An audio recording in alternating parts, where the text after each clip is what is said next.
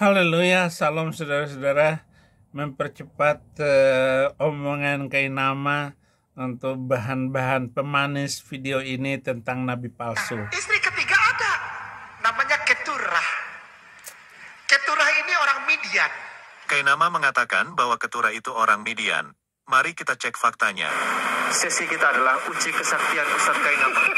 Ternyata menurut Kejadian 25 ayat 1 dan 2 dijelaskan justru Midian adalah anak dari Keturah. Lagi-lagi Kainama bohong guys. Entah bohong atau memang tidak tahu sejarah. Nah, istri ketiga ada, namanya Kebohongan Kainama ini sudah akut ngaku seorang dokter dari Haifa, S2-nya di Italia, di Vatikan katanya.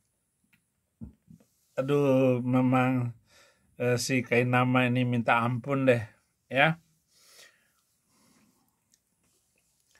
Saya akan membahas dulu ciri-ciri dan contoh nabi palsu pada zaman Yehezkiel. Yehezkiel 13 ayat 6 dan 7, penglihatan mereka menipu dan tenungan mereka adalah bohong. Mereka berkata, demikianlah firman Tuhan, padahal Tuhan tidak pernah mengutus mereka. Dan mereka menanti firman itu digenapinya. Ayat 7, bukankah penglihatan tipuan yang kamu lihat dan tenungan bohong yang kamu katakan? Kalau kamu berkata demikianlah firman Tuhan pada aku, padahal aku tidak pernah ngomong seperti itu.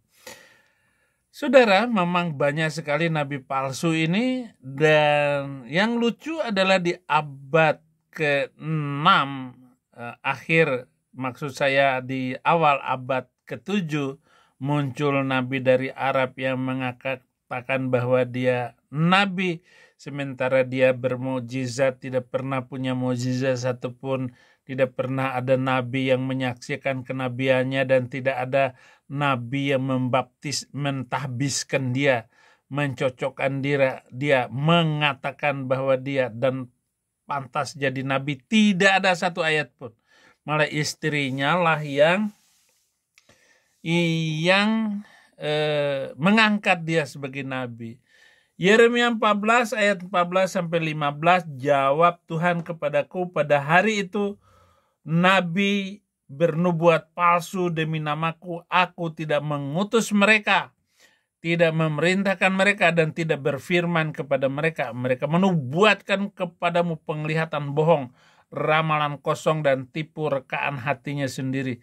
Sebab itu berfirmanlah Tuhan mengenai para nabi yang bernubuat demi namaku, padahal aku tidak mengutus mereka. Dan aku berkata, perang dan kelaparan tidak akan menimpa negeri ini. Para nabi itu sendiri akan habis mati oleh pedang, perang, dan kelaparan.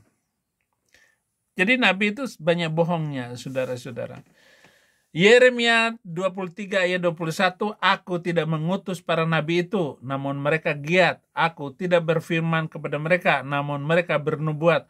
Orang-orang yang menjadi pendeta atau hamba Tuhan yang karena keinginannya sendiri, karena ingin mendapat nafkah dari kedudukannya itu, mereka karena dorongan orang tua atau pendeta atau orang lain yang manapun juga, atau karena alasan apapun juga, tetapi tidak mendapatkan panggilan dari Tuhan, dia adalah nabi palsu, guru palsu, pendeta palsu. Kenapa? Karena dia memanfaatkan hal-hal yang tidak pantas. Kemudian ciri nabi palsu itu adalah nubuatnya yang meleset. Ulangan 18 ayat 18-22, seorang nabi akan kubangkitkan bagi mereka dari antara saudara mereka seperti engkau ini. Aku akan menaruh firmanku dalam mulutnya, dan ia akan mengatakan kepada mereka segala yang kuperintahkan kepadanya.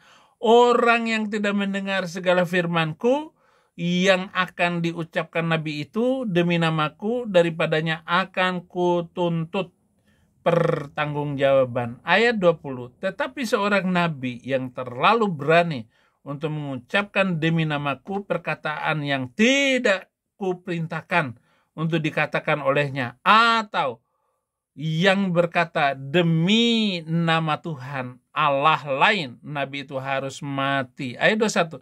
Jika sekiranya kamu berkata dalam hatimu, bagaimanakah kami mengetahui perkataan yang tidak difirmankan Tuhan? Apabila seorang nabi, ayat 22, berkata demi nama Tuhan, bismillah, dan perkataannya itu tidak terjadi dan tidak sampai, maka itulah perkataan yang tidak difirmankan Tuhan. Dengan terlalu berani nabi itu telah mengatakannya, maka janganlah gentar kepadanya. Jangan takut kepada nabi itu. Tinggalkan, tidak ada dosa sedikit pun kamu meninggalkan keyakinan dari mana nabi itu telah mengaku padahal bukan nabi. Nabi apa yang bibirnya dober? Ayo jawab. Nabi Birlo. Kalau ia bernubuat, meramalkan tentang masa depan dan meleset, sekalipun hanya meleset satu kali, maka ia adalah nabi palsu. Karena itu, perhatikanlah orang-orang yang sering mengeluarkan nubuatan khusus, saksi-saksi Yehova yang para tokohnya berulang kali menubuatkan kedatangan Yesus yang kedua kalinya, tetapi berulang kali gagal dan meleset. Kemudian, jadi bukan saja orangnya itu yang sesat ataupun nabi palsu, tetapi ajarannya sesat.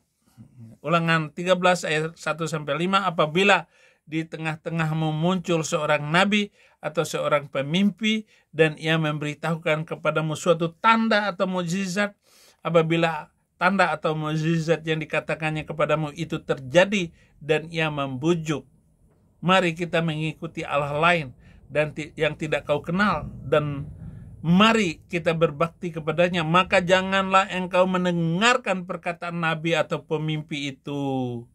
Sebab Tuhan Allahmu mencobai kamu untuk mengetahui apakah kamu sungguh-sungguh mengasihi Tuhan Allahmu dengan segenap hatimu dan dengan segenap jiwamu. Tuhan Allahmu harus kamu ikuti.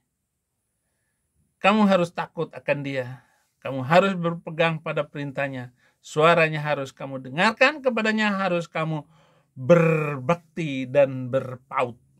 Ayat 5. Nabi atau pemimpi itu haruslah dihukum mati karena ia telah mengajak murtad terhadap Tuhan Allahmu yang telah membawa kamu keluar dari tanah Mesir dan yang telah menebuskan engkau,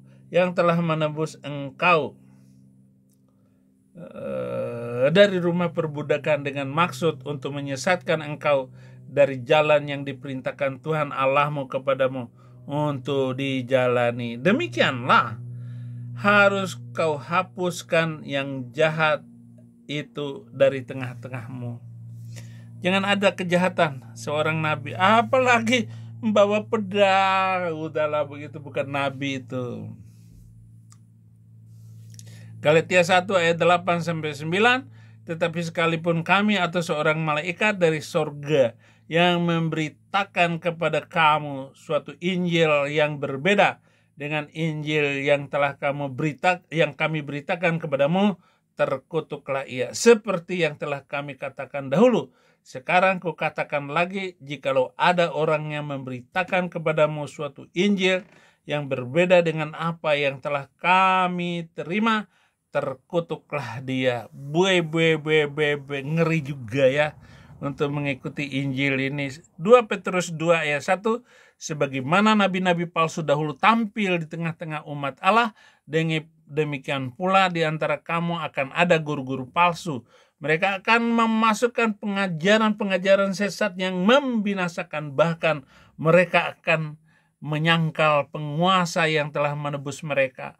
Dan dengan jalan demikian segera mendatangkan kebinasaan atas diri mereka. Haleluya, saudara-saudara. Ini membicarakan kepalsuan ini loh. Harus dibongkar. 1 Yohanes 4 ayat 2-3, demikianlah kita mengenal roh Allah. Setiap roh yang mengaku bahwa Yesus Kristus telah datang sebagai manusia berasal dari Allah. Dan setiap roh yang tidak mengaku Yesus tidak berasal dari Allah, roh itu adalah roh antikris, dan tentang dia telah kamu dengar bahwa ia akan datang, dan sekarang ini ia sudah ada di dalam dunia. Jadi penyesatan demi penyesatan dari waktu ke waktu, ngeri, ngaco. Ya, jangan kayak Donditan, oh kajian ini berdasarkan karena ini. Nah, bisa nggak begitu? Memang cerdas itu si Donditan. Memang Cina palsu itu telah menipu banyak orang. Maka dia hanya kesaksian tentang kitab sucinya sendiri. Saya Quran bisa, hadis bisa, dan juga Alkitab. Apalagi bagiku sekarang ini, itu adalah menjadi nyawa saya Alkitab itu. 2 Yohanes 7. Sebab banyak penyesat telah muncul dan pergi ke seluruh dunia yang tidak mengaku bahwa Yesus Kristus telah datang sebagai manusia. Itu adalah si penyesat dan antikristus. Ajaran sesat-sesat ini banyak sekali macamnya. Nah, yang macam-macam ajaran sesat itu nanti saya akan sampaikan dalam kesempatan yang lain. Terima kasih, Tuhan Yesus memberkati.